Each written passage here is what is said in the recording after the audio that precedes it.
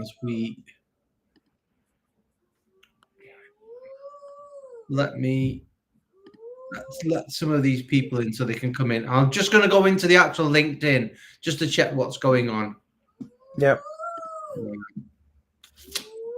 The first time I'm doing this, so I'm still new to using this. Normally, I used to do it on via Eventbrite, but we never get that many. 15 people, 10 people. It was easy to do via something else. So here we go. Yeah.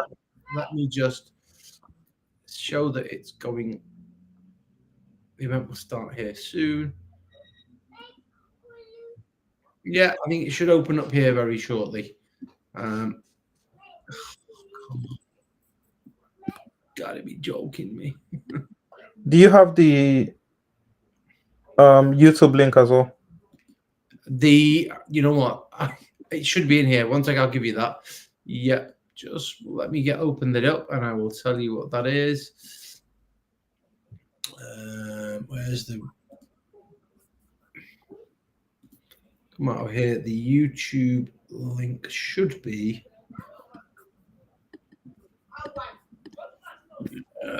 where on earth is the link now?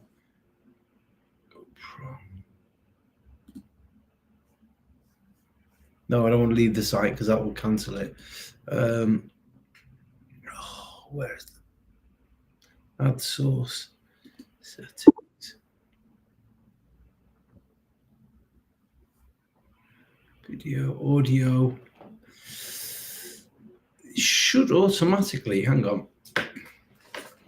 YouTube. You know what? I know what's going to happen here. I need to log out of this one and log into my other one. Sign out. Continue. And then sign. Accept all.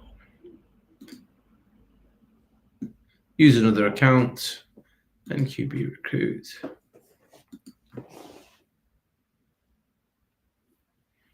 Right. And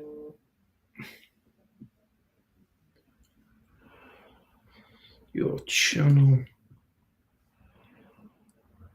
It should be live on there. I'm just going to give you the... Oh God, I'm going to hear myself in a minute now. The link.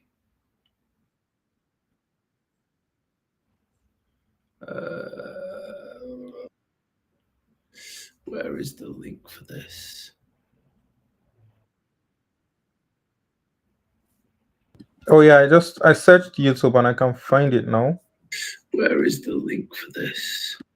I think it's fine. It's fine. YouTube is live. We can just carry on. Oh yeah, I searched YouTube. Oh. Can you hear me? Aliu, can you hear me? Yes, I can. Perfect. Okay. YouTube is. We can share the YouTube link on LinkedIn, and people can join like that. Okay. Just 1 second. It's live on YouTube. I don't know why LinkedIn is not. It's not going live. No, LinkedIn should be live. I set it to live. It should be, and it's after 6 o'clock now. Maybe that's what it was waiting for. Let me just redo it. Just give me a second. But let me just put the... Yeah, it should be live now. Okay. Yeah, it's live. All right, cool. Yeah, then it's probably on my end then. Yeah, I think we can just carry on. Okay, perfect. So you should be okay. We'll give people 5 minutes and I'll start recording and then I'll start going through the presentation. Let me add in. So there's 11 people, 10 people watching. Okay, from there, that's fine. Right. Let me start. Let me see if it'll let me record. Oh, everything's all about upgrades.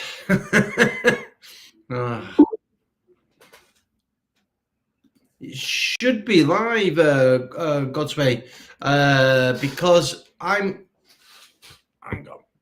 looking at it now and it's showing as it is live, and it's also giving a number. Let me just right. What I'm going to do is I think we've got quite a few people here now, and we're ready. Ali, if you just make a note of the questions as they come along, and then we can just. So, any questions that anybody has, if you can put them in the chat. Yep. We can then carry on from there. I can take the questions towards the end. But basically, what I'll do is I'll go through the presentation. So let me start again. So welcome everybody. Thank you for joining this masterclass in how to write a CV, specially designed around cybersecurity and for entry-level candidates. The idea is that I'm going to run through the presentation, which shouldn't really, in reality, take that long. I should be able to get this done within 15 to 20 minutes. And then the idea is I take people's questions. If anyone's got wants help in the channel on their CV, I'm more than happy to go through a few pointers there and then. If you want to put your details, the questions in the actual chat, that will be perfect. And add some comments in. That's great, and we can just take it from there. Right. So I'm gonna get blasting through this because I think it's important that we run through everything. Can everybody see the screen and can see what's on the screen? If anyone's got a problem, just message now to say. Otherwise, I believe everybody's able to view my presentation. Yep. I can see your presentation, but again, I'm in the studio, so.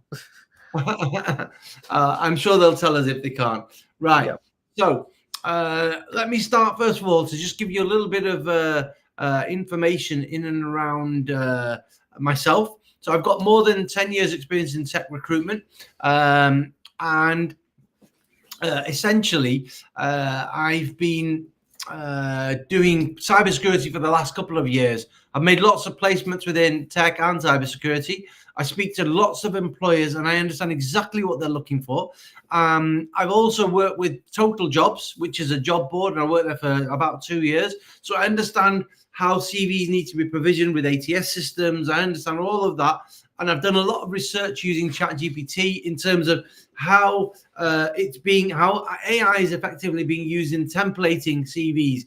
And I found a really, really good system, which definitely works because candidates get interviews off the back of it. So let's just jump into. So the first thing you need to understand is, what is the purpose of a CV? So we've got to understand that the reason you put a CV together is so that an employer can look at your experience, skills, your history, your work history, and your professional statement, your certs, and decide, right, we need to interview this person. It's this person can fit this role. So you need to create a positive impression through the CV. There's two things that you need to do. One is your LinkedIn profile and what you do with your LinkedIn profile, and two is your CV, and the two go hand in hand. So what I'm going to run through in this masterclass will be about the CV, and I'll go through exactly how we can make sure you will get interviews. If you follow all the steps that I give and avoid all the things I tell you to avoid, you really will make a massive it'll make a massive difference. I know people who are getting no interview, nothing. They were sending off 50 a week, 60 a week, getting nothing back. They changed how their CV is, and they got 2, 3, 4 interviews, and within a short space of time, they're hired. So the first thing, errors to avoid: don't use Mickey Mouse fonts. It's a professional document. Use a professional font, Arial, Calibri, Times New Roman, something that's legible and the size is legible enough to read. Use a template which is clean and easy to see. So, for example, this leads straight into the thing that I actually use, a system called myperfectcv.co.uk. It's not very expensive, and it gives you a range of different templates of CV, and it'll help you build a CV. So it's utilizing AI to build a CV. I recommend that. There are other ones out there. Research them and see what you think. The thing with a CV is you don't need to have a 10-page document. even if you've got bags of experience, we're talking 10, 15, 20 years of experience, it doesn't need to be. What you need is the last 10 years and then what's really relevant. And again, but on the conversely, it's not those 5 pages of a CV that's going to get you an interview. And I'll show you why. Make sure your social links are on there. So, for example, your LinkedIn profile needs to be on your CV. If you've got a Hack the Box account, or if you're part of any other organization which is very much within cybersecurity, so GitHub, anything like that, where you're very good at code reviews or something like that, where you can store information and others can come on and see it, then that's great. If there's projects you've worked on and you want to demonstrate your credibility and experience within projects, that's definitely another thing to have on there. So it's important. It's building up a picture. Now I'm going to show you how to structure this to make sure that you get the best possible results when someone reads your CV. So the first thing to look at is how is it actually structured. Make sure that your name is visible and clear at the top. Make sure that you have a good professional personal statement, professional summary, 4 paragraphs, 5 paragraphs. Don't do this in bullet form. I know that sometimes is people like to do it that way. I recommend that you do it very much in paragraph form so that they can actually read it. I think that works best, to be fair.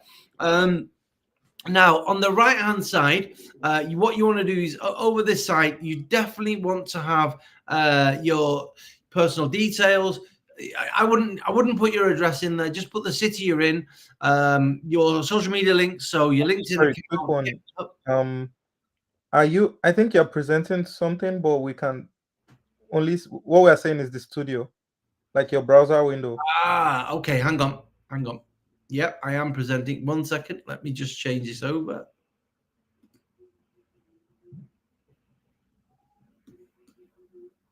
Let me just switch this over. Window. Is that better? It's still the same thing. Hang on then. Then it has gone wrong. 1 second. Let me. Okay.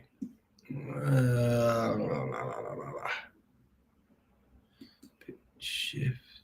No, it's not that. Not that. Hang on.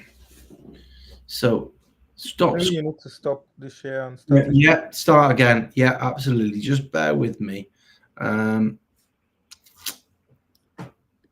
we'll do is let me make that a little bit less.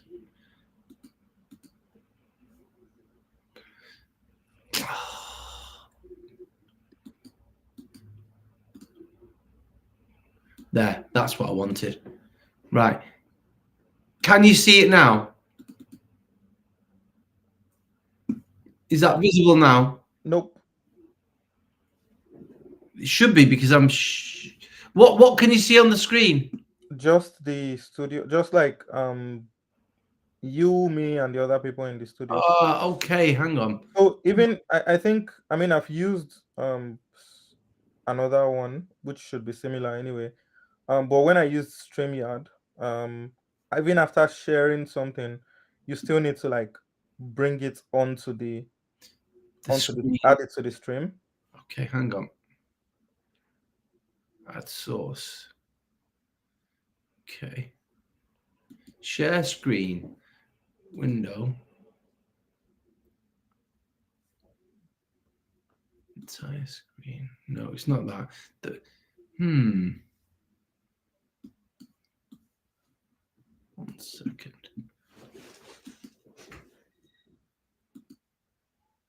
Unable to share the screen. Please update system permission. Okay, hang on. I know why. Apple's probably not letting it do it. Hang on, I need to just update the permission. Oh. Apple's great, but sometimes it does Yeah. stop things. Hang on, why is it not system permission? It should be Control. Is it system?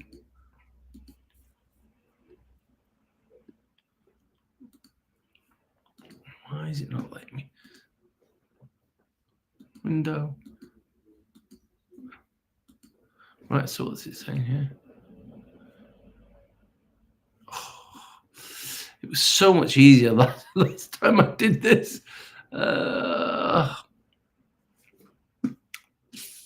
One second. Let me upload this into the online version of Outlook and online version of PowerPoint and put it in there because that'll be easier. Just hang on. Okay, no worries. It'll take me 2 seconds. So close that. Let me just go into my.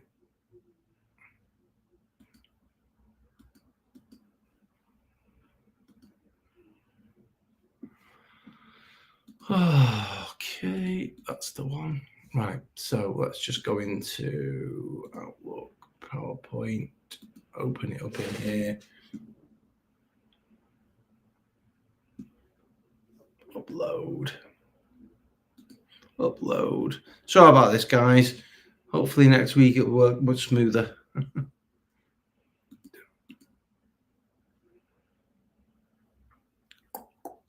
There we go. That's the one.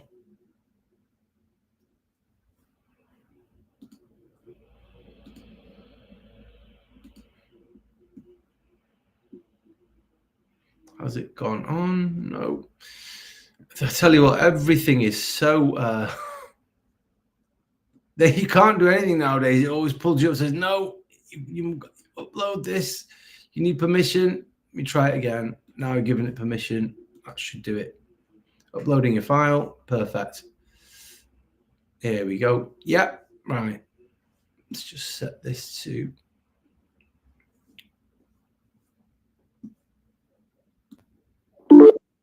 Right, okay. So I'm guessing you should be able to see this in a second now because it is.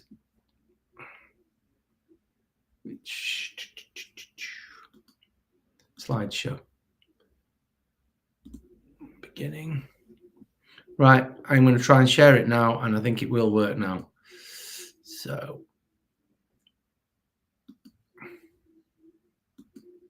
Is that working? Nope. Like it's saying here, view tab starts. Yeah. Can anyone see that? It should be. It should be working. Hang on. I've got an idea. Let's move it across to the other screen. Exit full screen. Can you see it now? Unfortunately not. Oh my Lord. Oh. I mean, maybe you should just try and go ahead without it, and maybe we can share the slides. Just share the slides after. No, it's just easier to see in a visual format. Hang on. Let me just give it one last go.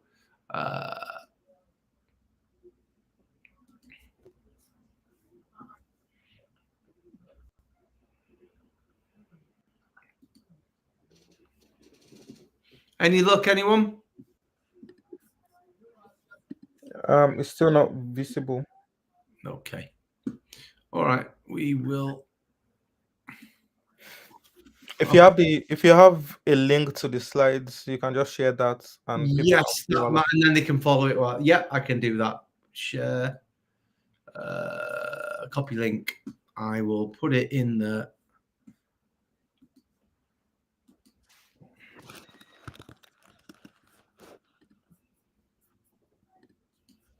Oh, it's not letting me post a comment. Let me send it through to here. There should be a chat in the thing, isn't there? Yeah, I mean, if you send it to me, I can add it to the chat on both LinkedIn and. No problem. I will do that now, Ali. Yeah.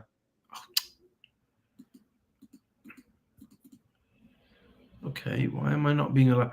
Normally you can just put that down, click into the person, edit. No, I don't want to edit name. I don't want to remove you. I just want to send you a message. Yeah, if you just click on private chats, or just send it to me on LinkedIn. Okay, I'll send it via LinkedIn. It's probably going to be quicker. Here we go. Oh, no, that's not it. I want to... Just 1 second. Let me do it again. This is it. Allow.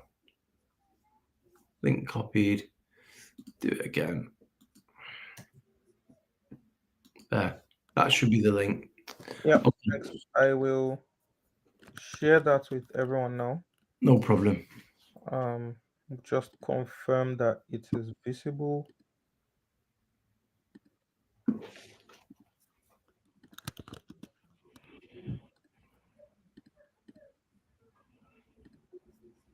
Yeah, I'll send it to everyone now. Yeah, you can go ahead. Okay, no problem. So basically, we're at so the CV, and the most important thing about a CV is that it's there only to get you it's to get you an interview. It's not there to get you a job. It's there to get you an interview. So the whole idea is the what format it takes and why it's so important to have it formatted in the right way is so that basically, I'll tell you now, an employer, they go through 400, 500 CVs. They have only got 30 seconds, 40 seconds to look to see whether it's worth reading this CV. So that is why the structure of it is so important. Having that professional summary, having your skills, your certifications, and any projects, accomplishments, or challenges that you've been very proud of. Because look, if you're an entry-level person, it's unlikely you're going to have lots of experience inside cybersecurity. So the idea is that the CV is your window to get them interested. How are you going to do that? Your skills are very important. So that's your hard skills within, if it's pen testing, maybe the tools you've used, maybe the sort of if there are any particular high level hack the box hackathons, CTF that you've done, you might want to put some of that information there. All the various tools that you use, if you're very strong with, for example, Burp Suite for web app, Nessus, Nmap. If you come from a support background, it's good to highlight that because the employers will be thinking, okay, there's a progression here. Or if you come from a software development background, whereby they know and they can understand that you've actually done coding, so code reviews will be easy for you. It makes a big difference having that information there. What you're trying to do is you're trying to set the employer up to think, right, okay, is it worth me looking at this candidate and spending the next 2 to 3 minutes to go through the entire CV, or is it not? Therefore, the most important areas are that personal statement. If you struggle with English not being your first language, then use ChatGPT, but you need to put the information in so it can generate something. In fact, if anything, my perfect CV, they actually have they help in this regard. They generate personal statements for people. You can pick different things from it based upon what job role you put in. Then the social links are very important. So, for example, if you've got a GitHub account because you've been coding before, or you've been doing certain aspects and you've got them highlighted on there, put it on there. LinkedIn for sure needs to be on there. Your skills, again, and you break this into two areas, maybe your hard skills and soft skills. So that the soft skills are just important because at the end of the day, if it's a customer facing role, this employer needs to know you've actually got the tools and the ability to be able to essentially represent them in front of clients. It's very important. Certifications. Now, I think in cybersecurity, there's an over-reliance on this. However, it's still important. So you need to put your certs there, even if you've not got them and you're still working towards them. I would put them in this area on the first page, and the reason being is because at the end of the day, a lot of employers are hung up massively. Oh, he's got the CRT, he's got CPSA, he's got OSCP, he's got CRTO.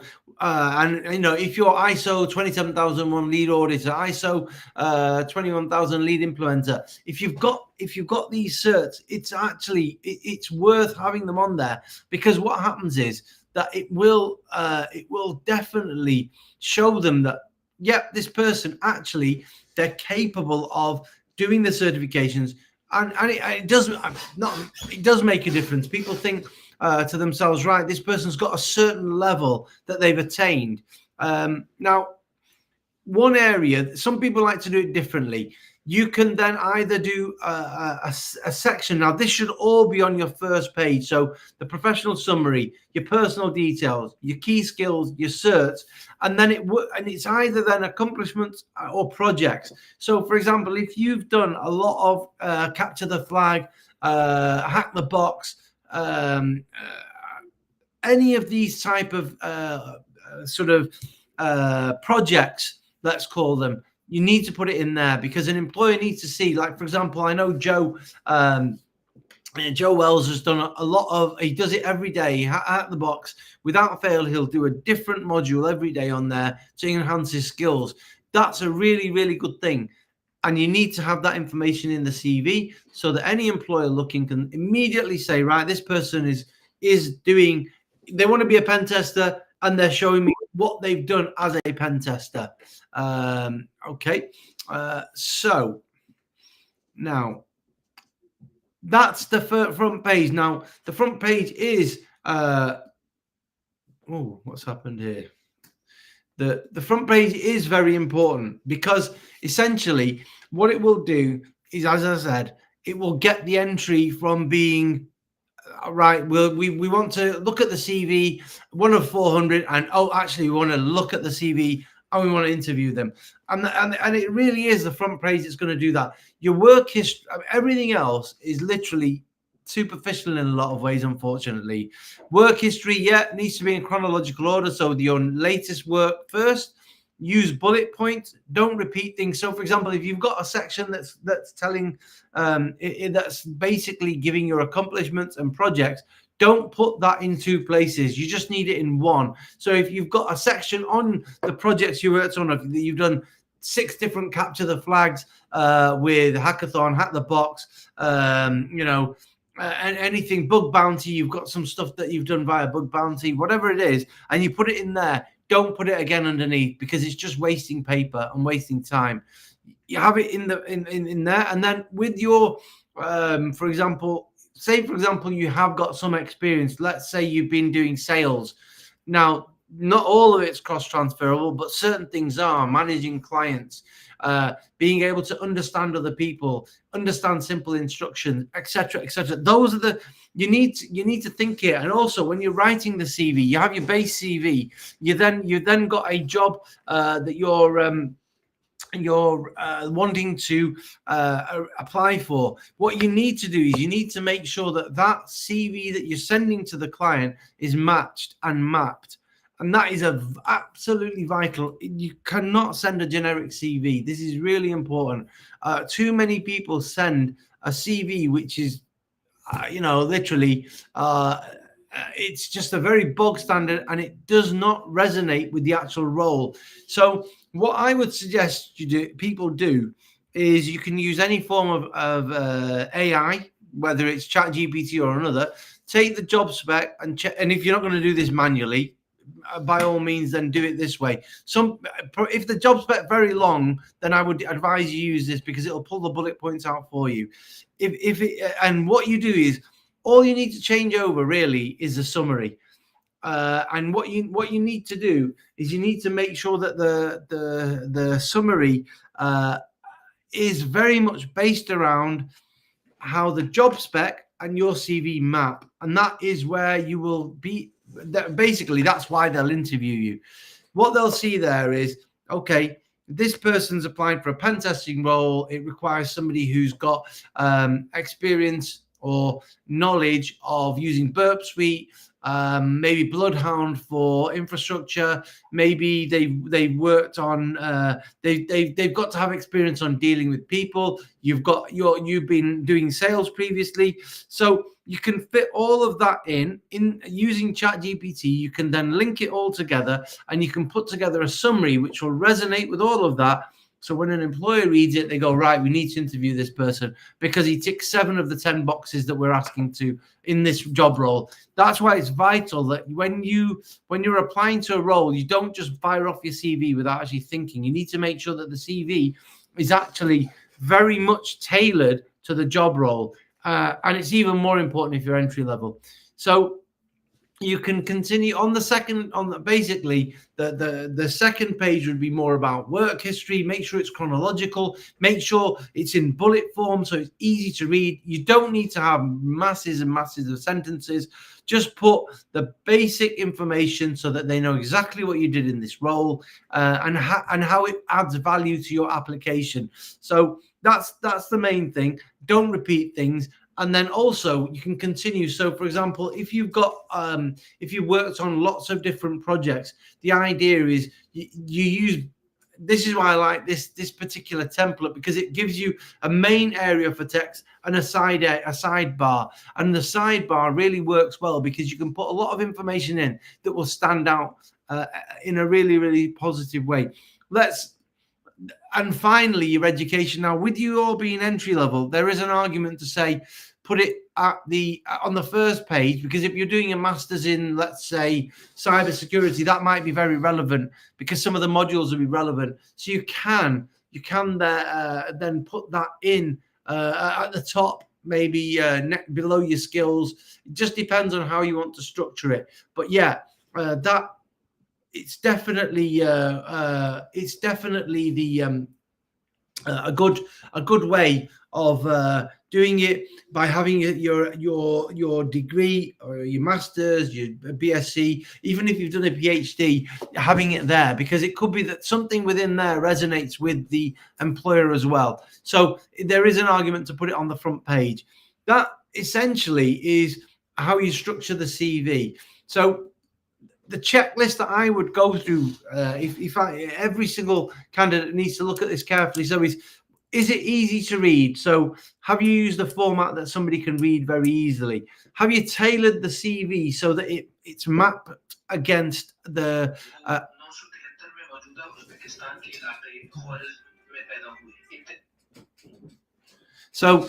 can you make sure that it's the tailor the CV for the each role, and make sure it's mapped. You've got the CV there, you've got your the role there, and you make sure that you tailor that CV so that 70% of the things on that job spec are matching. So any employer, the minute they pick it up, they go, right, okay, I'm looking at this CV.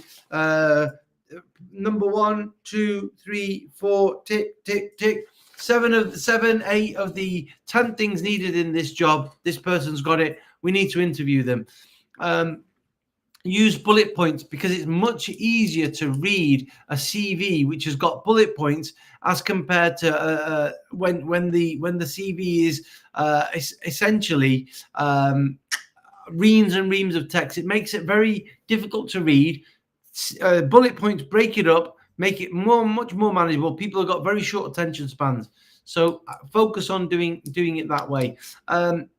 Have clearly headed sections so somebody knows exactly that they're looking at the professional summary. They're looking at their achievements. They're looking at the skills. They're looking at the educational.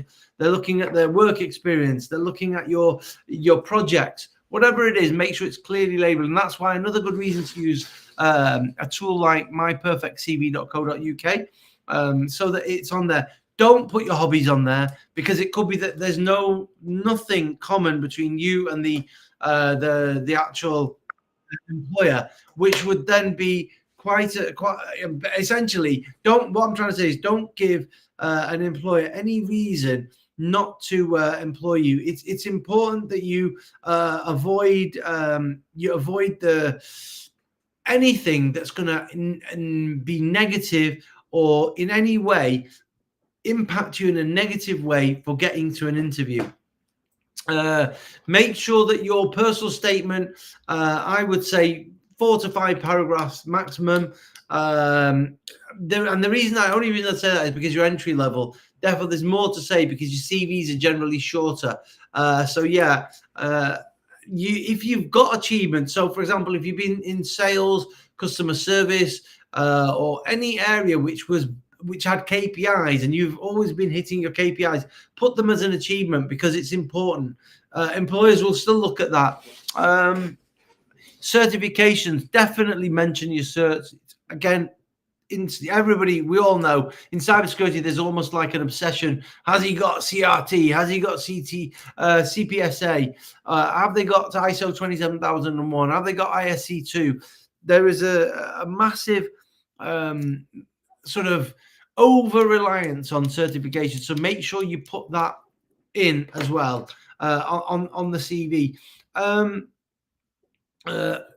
If you are going to put your hobbies, make sure that you've checked out who you're sending the CV to and that it resonates. Because if it doesn't, don't bother. Yes, if the person has got keen interest in charity and you've done some charity work and you think it'll resonate, put it in.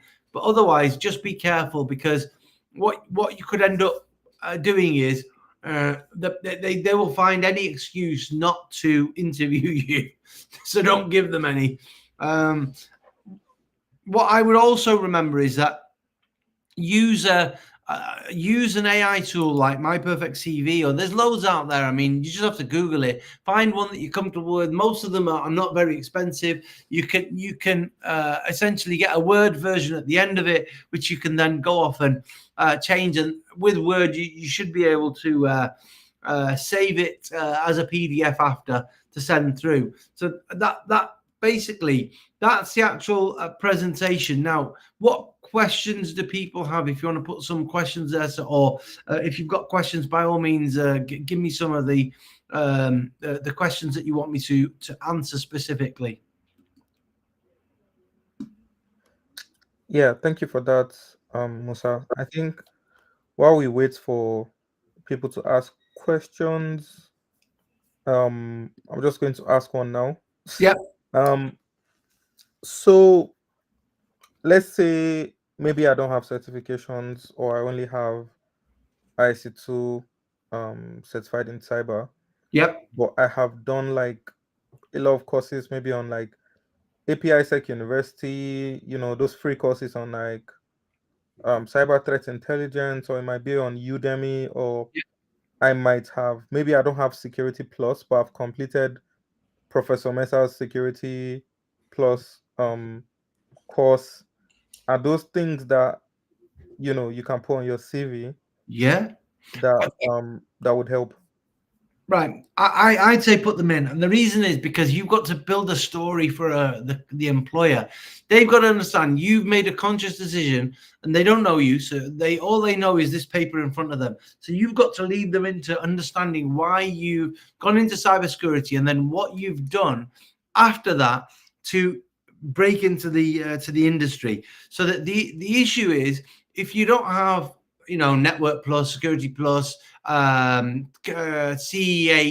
ISO 27001 lead auditor, it's understandable. You're still entry level. You're still learning. Most people want to get those some of the certs now and some of them later. So whatever certifications you have that show that you are not only interested in cybersecurity but actually want to break into the industry with a job, what you need to do is you need to actually put that on your CV. Now, what you can do, and what I would advise you do, is you go back and say, right, okay, these are my certs. And maybe at the top of those, it could be that you're planning to do security, CompTIA A plus, and then Network Plus or Security Plus, and you're planning to do them next year, or you're planning to do the CEH next year. Put that at the top and just put studying towards for 2024. So that's what you, because in reality you're building up your knowledge. So it's whatever search you're planning to do next year. Maybe you're thinking, you know what, next year I want to do these 3 certifications. Put them in there as in the plan for 2024, so that the employer understands that, yeah, professional development is important for you, and that you're going to go through, you're going to do X, Y, and Z to try and do that. Does that make sense? Yeah, that makes a lot of sense. Thank you. I know the reason why I asked that question is I know like lots of people who are just starting out, are kind of in that situation. So we have a few questions in the chat. Does ATS score matter? So there's two sides. I mean, ATS score does matter, but it's usually big companies that use an ATS system to manage all the applications that come through. ATS stands for Applicant Tracking System. The problem with this is that if you're going to rely on just sending your CV everywhere, you're going to be really, really stuck. ATS systems are dreadful, and a lot of companies unfortunately do use this, and there's no way around it. You literally need to find the words that are going to be tracked by it to then make sure that you are in the top percentile that they'll then call back for an interview. What I would recommend people do is actually reach out to decision makers and managers and senior professionals within LinkedIn. Start to build relationships with them, because I tell you what, if you're just relying on sending out CVs and to big companies that only use ATS systems, I can tell you there's 400, 500, 600, 700, sometimes 1,000 applications come through. They don't actually look at any of them. What happens is the ATS system will give them the top 10. They'll bench them and they'll rank them and they'll tell them how to do it. It really is a lottery, an absolute lottery. It's just not. I would think the most, especially if you're entry level, what you actually want to do is spend less time worrying about ATS systems, spend more time going onto LinkedIn and making sure that your profile shows that you're a cybersecurity, and then spending your time doing, if you want to go into pen testing, the best thing to do, hack the box, CTFs, whatever there is, do work, do projects, ask people if you can do internships, things that are actually going to make some difference and make you build some relationships. That's probably more important. ATS systems do matter, but I think the difficulty you'll get is if you sit there trying to provision it based around what an ATF will do, you're going to be there even longer. What you really want to do is, say, for example, let's say company X is recruiting pen testers. Go and find the hiring manager or the head of pen testing or offensive security in that organization, and basically start to make a link with them. Whatever you do, don't email them saying I'm looking for a job. Start off by building a relationship with them. So that way, what happens is that the employer can see, hang on a minute, let me review this person's profile. So you start to build that relationship and rapport with them. What you're trying to do is you're trying to gain credibility and traction in the industry. So don't just rely on ATS. Don't just rely on your CV. What you need to do is be using LinkedIn effectively, which I'm going to go through next week. So I'm not going to go too much on that. How to make a CV attractive when one has no experience yet. Okay, Faith. So what my suggestion is, use a template. Let me put the details for it on here, and you can look it up. Use a template. It will put a bit of color in it. It will help you to structure it in the right way. And it doesn't necessarily have to be. So the experience you've got, it can be internships, it can be work shadowing, it can be paid work, it can be work in a totally different area. So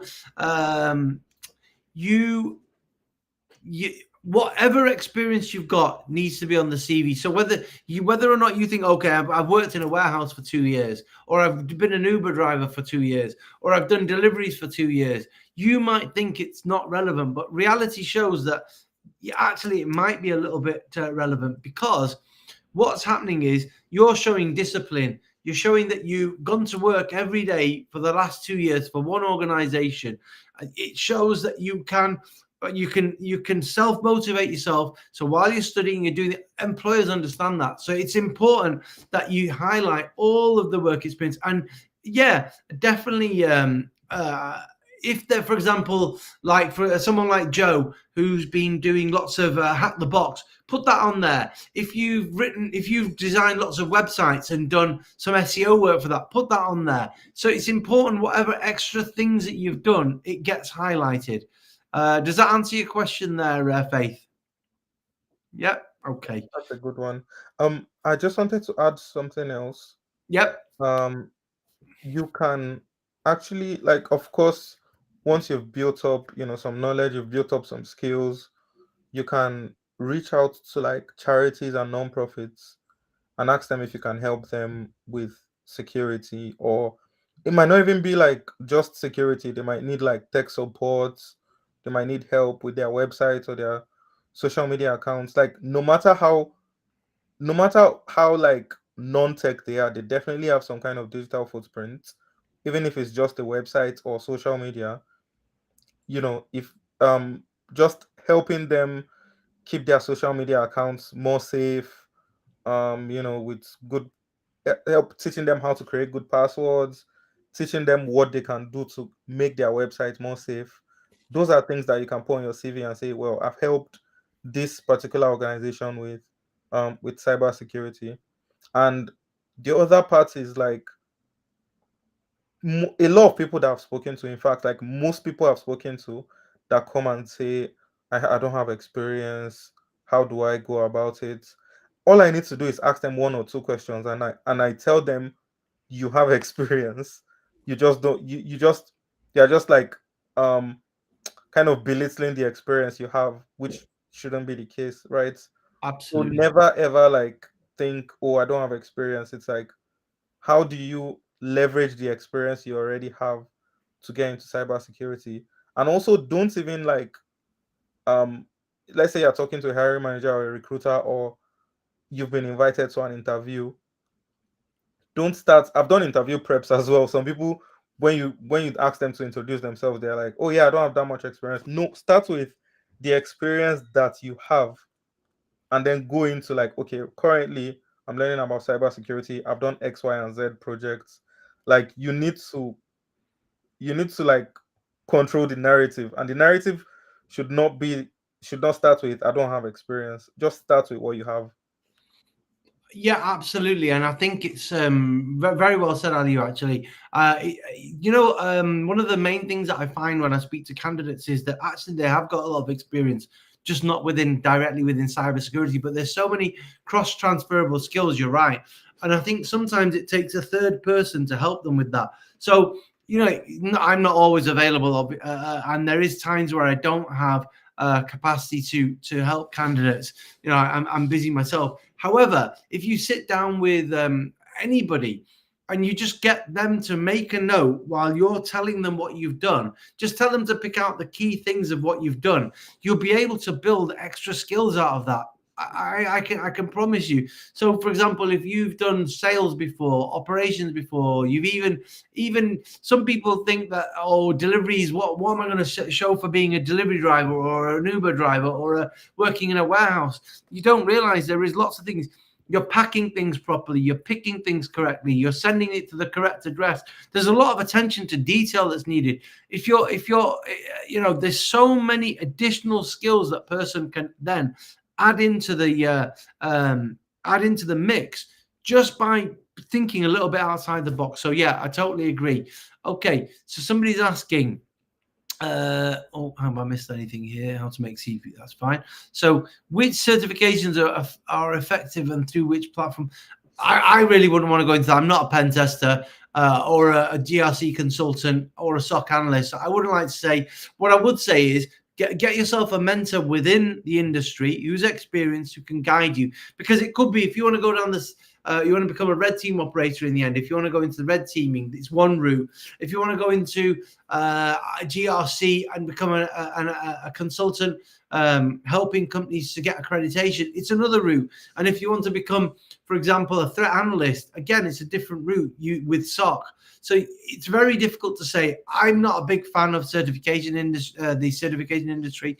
However, I do know that Cyblack is a really good organization that genuinely helps people. You might want to get in touch with Aliu and find out what he thinks are, or what organizations are better.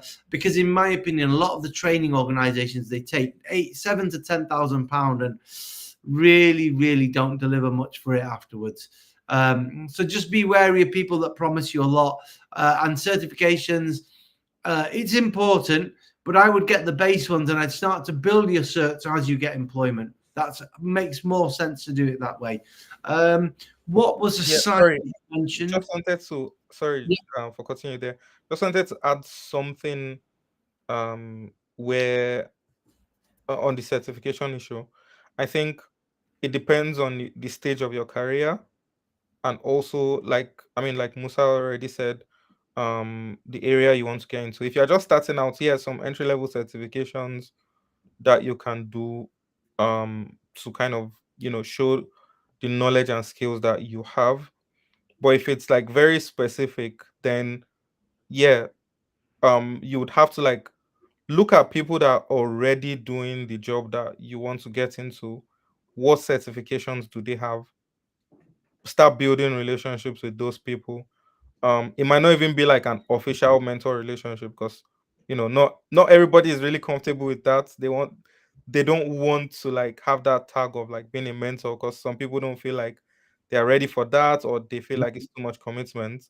But the thing is, you can still get mentorship from people by just asking them questions. Asking them questions and them being interested in you and answering your questions. That's still like, you're still getting value from that. So don't ask. I can't tell you specifically which certification is good for what. Reach out to people in that particular area that you're trying to get into, or even just look at their LinkedIn profiles. You'll see you know the kind of certifications that they're doing, and of course start talking to them. Absolutely, and I think that's the key. That's the key to it. I think the fact that using the experience and knowledge of other people to help you is a good thing. So definitely, even if people can't be a formal mentor, a lot of people are a little bit reluctant to do that. I don't have the time, so I tend to be very circumspect about doing mentorship for anyone. However, there are lots of people out there in the industry that will only be too happy to help. So yeah, I'd reach out to them. So the site that I mentioned is actually, I put it in the chat, so it's there. I will try.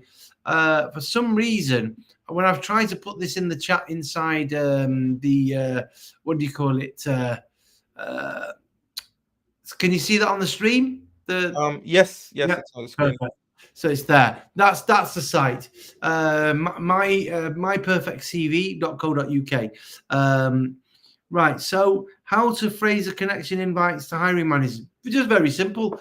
If it's somebody who's a cybersecurity professional, so I wouldn't recommend reaching out to HR. I think you'll probably end up wasting your time. You can do, but I would recommend certainly, if you're going to reach out to HR, it's much more about, I see you've got this job posted, then and I'd like to get to know a little bit more about the role, etc. If it's somebody in a cybersecurity professional, just say I'm an entry level person. I'm looking to build my network and get to what do you call it? Interact and engage with more senior professionals. I'd like to become part of your network, something like that. However, I will be covering all of this next week, so probably more information will be given then about that. What's happened here? I've done that. How can we get unpaid internships? It's a tough one, Deepinder. You see, the problem is that internships, usually only the larger companies will do this, and you've got to engage with them directly. And I think with that is usually if you catch up with the actual companies themselves, and you catch up with the HR departments, find out if they do run internship schemes, and you can find out whether there's anything up and coming for them in the new year, and see if you can get an internship that way. Other than that, the only other thing I would suggest is put it on LinkedIn that you're happy to do an internship for a month, 2 months, whatever length you want, and see if there's any employers that could just give them the skills that you've got, what area you'd like the internship in, and then just reach out to people, and you can message them and just say, I'd like to do an internship. Is there anything within your department? And you can build your network that way as well. So yeah, I would definitely. I think internships are good. Just be careful that, at the end of the day, most of them don't pay anything. They might just give you money for expenses, and at least that's something. But you're probably better off trying to get proper work experience. So if you are going to do an internship, make sure that you're going to get something out of it. It's not just that you're going to go and make the tea, or going to go and do the coffee run for the people in the office. Make sure that the internship actually something credible, and that you can put something in the in your CV that will then resonate with other employers. Okay. Yeah. Sorry. Just wanted to add something on that as well. Yeah. Because I mean, I'm a startup founder, and I've had lots of people reach out to me saying, I'm willing to work for free. Can I, do a free internship and all that? The issue you might find people that genuinely, okay, they need this particular skill sets and all that, but the issue with that is, if they are not currently hiring, yes, they're a small startup, but that also means like they probably don't have the capacity to take on interns, even if it's unpaid, because managing an extra person adds like lots of overhead, and they have to also be sure that, okay, this person has something specific that they are bringing to the table, work that they can actually do. Because if there's no actual work for the person to do, then you're going to have to like invent work for the person to do, which isn't, Added work. It's not going to be valuable to either you or the company. So I would just say that anybody you are reaching out to, make sure you have like a very specific a very specific explanation of, these are the skills, this is what I'm trying to bring to the table. You can even do research on the company and try to see what they may be potentially lacking, or see if they are hiring, or see any projects that they've announced that they are working on, to see, okay, what can you contribute? Because yeah, you might see it as like, I'm offering to work for free. I mean, who would refuse that? But there's actually a lot that goes into hiring someone, even if you're not paying them. I'm not even an advocate of like unpaid work to begin with. Yep. If you're getting value, you should pay for it. If you're not getting value, then why bother? I think you're absolutely right, and I think that for me makes a lot of sense. I'm not very comfortable with not paying people. I think it's the same. I think when somebody's doing a job, you want them to be remunerated for it. So yeah, I think it's very valid points indeed. So we've got. Let's have a look here. What else have we got here? That's fine. Thank you for your answers. I asked. That's okay. Even though the interview stage, okay, that's fine. I think the interesting thing is, Faith, is that when you've got no direct experience, any employer who's going to interview you will already know that. So if somebody doesn't realize, or when they're inviting you for an interview, if they are then starting to ask you about your experience in cybersecurity, you've got to have experience outside of the working world, because you don't have any. So you've got to then look at try hack me, hack the box, if that's the side of things. If it's not that, and you're looking at a different area like GRC, or you're looking at data protection, or you're looking at something else, you need to have relevant things that you can talk about. And to be fair, I think any employer that's going to be taking on entry level, I know there's a lot of stupid job specs out there, but there's a lot of employers that are savvy and they know this person's not going to have the experience. What we need to see from them is, have they got enough willingness to learn?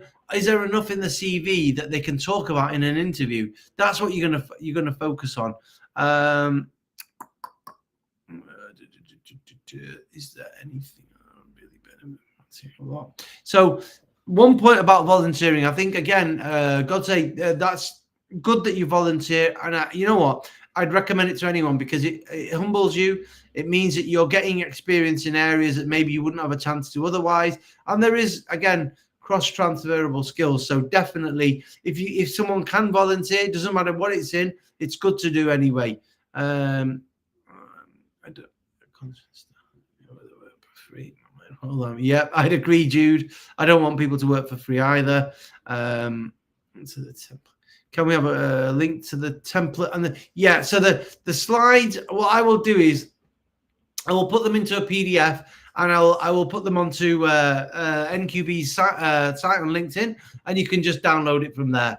It'll be easier. Rather than having to email them to every person, I can just put them on there, which I'll do later on. And the link to the site is actually in the screen there. So it's saying myperfectcv.co.uk. So it should be there.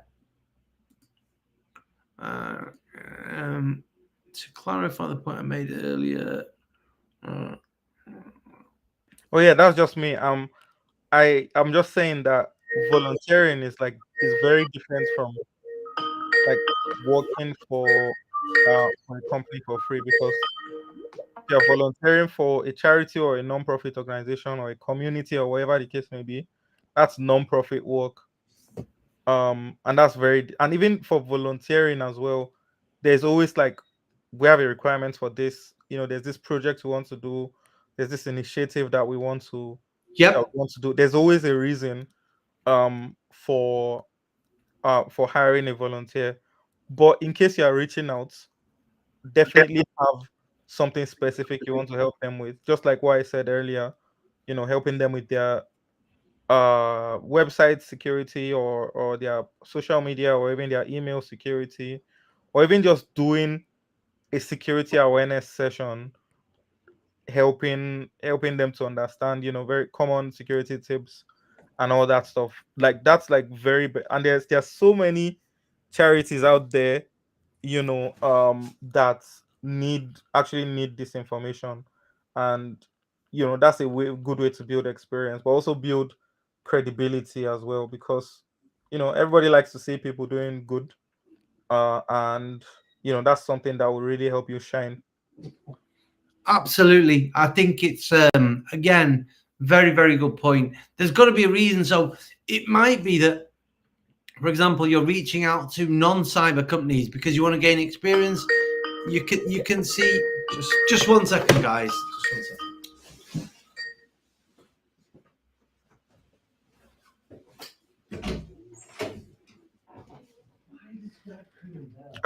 Yeah, I'll just try and pick it up from there. I don't think there's any. Feel free to drop questions still. Okay, he's back.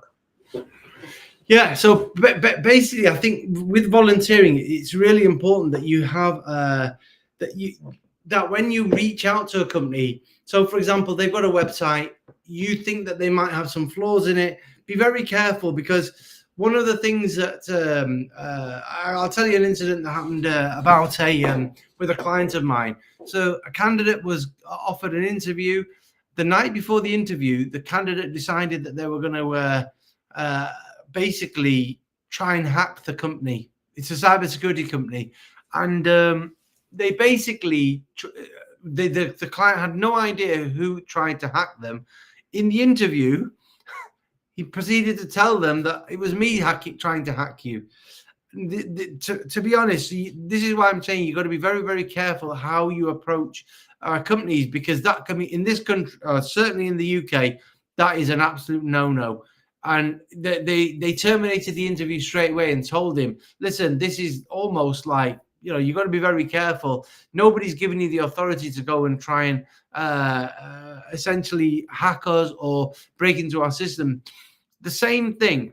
If you're going to approach a third party to get some internship work or some volunteer work, approach them in a nice way. Just explain to them what you do and how you can add value and help them. But for God's sake, don't go off and do something that was be construed as illegal or that would create an issue for the company. So, for example, if you believe that there's insecurities in their website, you can go back to them and say, yeah, I'm actually working within the cybersecurity space. I believe I want to evaluate your website for free and see if there's any security flaws in there that I could then help you to patch up. And I'm just doing this to gain, I'm doing this to help and gain more experience within the industry. You can absolutely best way to approach them. Whatever you do, don't go and do something and then come back to them and say, by the way, your website's got this many, because I get them all the time. The funny thing was, my website was offline for a few months because I was getting it redone. So there was a holding page on there, no errors on it, nothing. And I was getting 3 or 4 messages every day from people telling me that there's this many errors and we'll help you with it. And you know what? Those emails go straight in the bin. If you want some help, if you want to get an internship or work with a company, approach them and tell them what you want to do. Tell them why you want to do it and tell them how it's going to help them. But don't say that you don't go to them and say, by the way, you've got this many errors on your site. It's insecure and we can hack it and this and that and the other. Because if any business owners like me, and I'd say I'm pretty typical, it'll be that email will go in the bin. And if someone really annoys me, I'll report them to the authorities because it's just not acceptable. You've just got to be there's a very thin line between doing things which are proactive and clever and things which end up going to the other side, which become illegal. So just be careful and mindful of that and be careful of other cultures that exist. Oh yeah, if you want to, if that's something you enjoy doing, go do bug bounty programs, right? There are lots of ways where the company has sanctioned a bug bounty program, meaning that as long as you follow the guidelines and you're within the scope of that program, you can try to basically hack them to get bounty.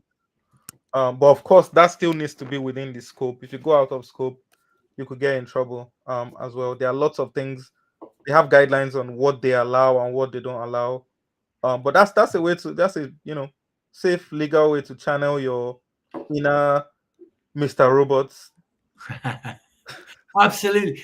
There's a point here. I think Abdullah is asking about apprenticeship. I love them. I think personally, my own personal opinion is apprenticeships are better than actually doing a degree in this area. The reason being is because apprenticeships mean that you are working and studying at the same time. It gives you more of a grounding than you would necessarily doing a degree. Now, I understand why many people go and do master's degrees because it gives them the ability to work here as well, and that makes sense as well. But my own personal belief is that apprenticeships are excellent. However, you've got to be very careful because if you've done a master's in cybersecurity, if you try and do an apprenticeship, you won't be able. You don't fulfill the criteria in this country anyway. I don't know about anywhere else, but there's certain criteria you need to fill to be able to do an apprenticeship in the UK. So you need to check with an expert within that field. But yeah, I totally 100% think that apprentices are brilliant. I think the problem with the education system, if you're going into doing a master's degree or something like that, I think the problem is you're paying a lot of money. It's just like essentially, I think a master's is still better than doing some of these boot camps. I mean, Cyberlac is really good. They're very helpful and they work very hard afterwards. There's a lot of them that don't put the effort in that, when I talk to some candidates that have been on some of the other ones, you're scratching your head thinking, oh my God, they've charged them £10,000 for this. and these people are not getting any help afterwards, and they're struggling. So if you are going to go down the route of getting some, you're going to do a boot camp or to do the search through a boot camp, be very, very mindful. Is this the right option? And is this the right boot camp? Do your research properly. And my advice would be go and speak to some people that have done it. And if you're going to do an apprenticeship as well, go and speak to people that have worked with that training provider before, because again, they can be really good. I mean, I know Bev McGowan in Manchester. She runs apprenticeships, but that's all in GRC and data protection. There are other providers, and I know Bev is very, very good. But in terms of other ones, I couldn't tell you. I genuinely no idea who is good and who isn't. But I do recommend them. I think it's definitely a good way to get experience. Yeah, I'd agree. Ganavan, you need to read the guidelines and responsible disclosure without doubt. Yeah, and computer misuse act, you can get arrested for that, and it's the same here in the UK. If you don't follow the guidelines and you end up messing up like that, it can be a real problem. I'll give you an example of this. One of the candidates that I know, he's an ex-reformed hacker, and he finds it very difficult to find any work because basically, if the company, and yet he'd probably be the perfect person to work as a pen tester or a red teamer or something within offensive security, because he knows exactly what a hacker would do. However, trying to then get employment after is actually quite challenging because companies are saying, well, that was completely dishonest and you've been prosecuted for being a hacker. It doesn't make it easy after, I'll tell you. Yeah, it's not like in the movies where like the government comes to your doorstep and say do you want to work for the MI5 or whatever. That's not how it works in real life. I think I know the person you're talking about. I've seen some of his posts. I mean, he's lived life on like government watch lists, where he has like different organizations he has to report to. They're monitoring everything he does. And like you said, because of that criminal record, like lots of organizations wouldn't want to touch him. Yeah, exactly. Are there any other questions, or does any other comments that people would like to make, or want something specific, some help on something?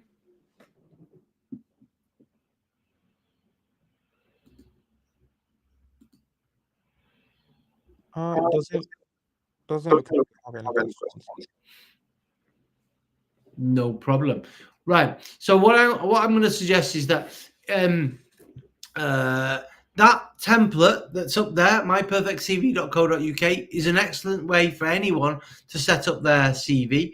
If after you've done everything I've said, you're still struggling, get in touch. I will have a look at what I can see in terms of the profile in your CV can be changed to help.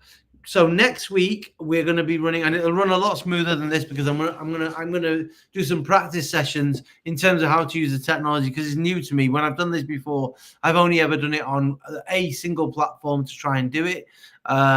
So I will definitely have a better handle on it by next Thursday. But next Thursday we're going to go into LinkedIn profiles, and I think this is where the real value add is for candidates now, is by having a much more professional outlook on LinkedIn, and also helping them on specifically how you engage with decision makers, stakeholders, people who are senior professionals in the industry, where they need to A, build a network, B, show that they are not just that they've got an interest in cybersecurity, but what are they doing to highlight that they are definitely trying to transition into cybersecurity, either from another industry or because that's what they picked.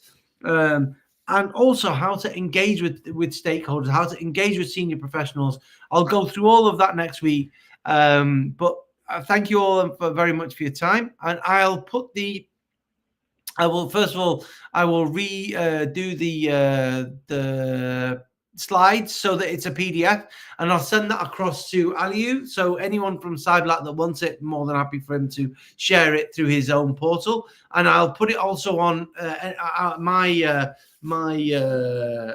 LinkedIn, as well as the NQB LinkedIn. So anyone that wants to download, to take it from there, I'll set it up so that people can take a copy from in there.